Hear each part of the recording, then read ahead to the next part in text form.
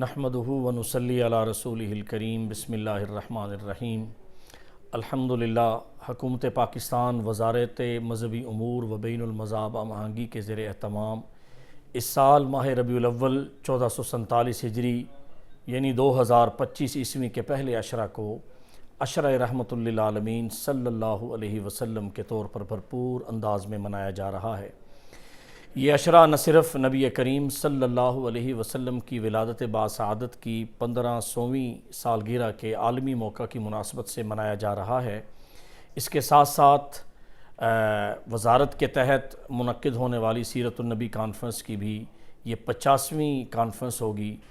یوں یہ ہمارے دینی، قومی اور بین الاقوامی تاریخ کا ایک سنگ میل ہے کہ ہم اس دفعہ سیرت النبی کانفرنس کے حوالے سے اس کی گولڈن جوبلی تقریبات منعقد کر رہے ہیں۔ ناظرین محترم، اس دفعہ وزارت مذہبی امور و بین المذاہب ہم آہنگی نے اس موضوع کے اعتبار سے جس موضوع کا انتخاب کیا ہے وہ یہ ہے کہ سوشل میڈیا کے مفید استعمال کی تعلیم و تربیت میں ریاستی ذمہ داریاں سیرت النبی صلی اللہ علیہ وسلم کی روشنی میں۔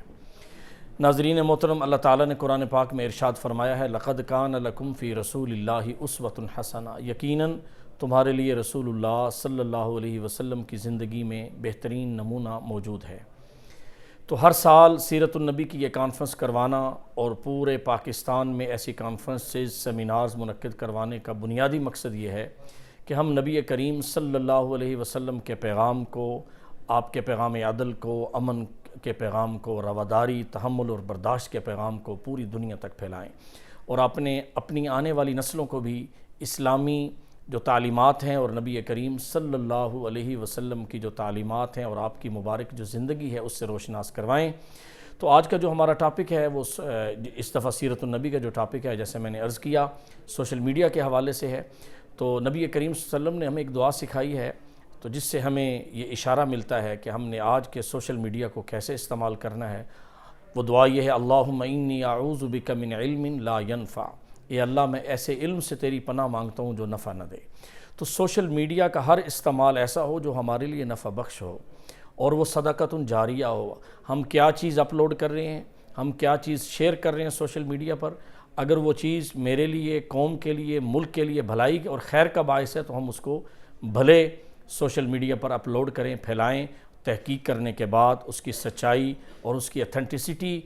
کو ثابت کرنے کے بعد۔ اور اگر وہ اچھی چیز نہیں ہے، اسلام کے خلاف ہے، ملک کے خلاف ہے، ہمارے مقدسات کے خلاف ہے، تو ہمیں اس سے اوائڈ کرنا ہے۔ اس کے خلاف کوئی ایسی چیز اگر کرے گا تو اس کے ہمارے سخت اسلام میں بھی اور پاکستان میں بھی ایسے قوانین ہیں کہ ایسی کوئی چیز جو مقدسات کے خلاف ہو، ملک کے خلاف ہو، اسلام کے خلاف ہو، ہم اس کو شیئر کریں۔